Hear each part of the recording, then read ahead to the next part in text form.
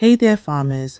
Welcome to another episode where we dig deep into sustainable farming practices. Do not be deceived, God cannot be mocked. A man reaps what he sows. That's from Galatians 6 to 7, and it's a timeless truth, especially when it comes to farming.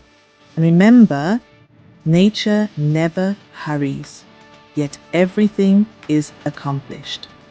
Today, I'm excited to share with you 7 time-tested intercropping combos that will not only boost your yields, but also feed your soil.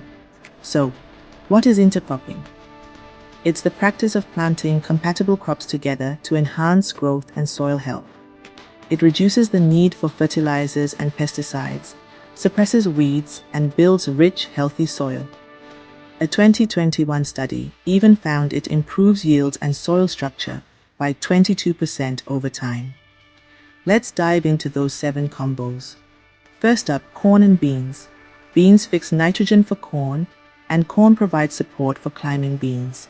Then we've got barley and field peas.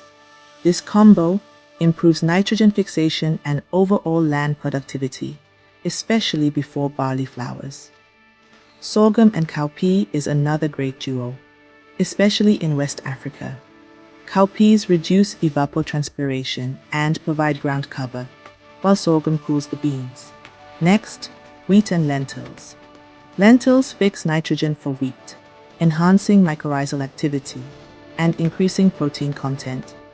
Oats and hairy vetch is a popular cover crop mix. Vetch improves oat grain density and outcompetes weeds. Tomato and basil is a classic garden combo. Basil attracts beneficial insects that prey on tomato pests, improving yields and flavor. Finally, lettuce and carrots. Carrots provide shade for heat-sensitive lettuce, and their different root depths prevent nutrient competition. So there you have it.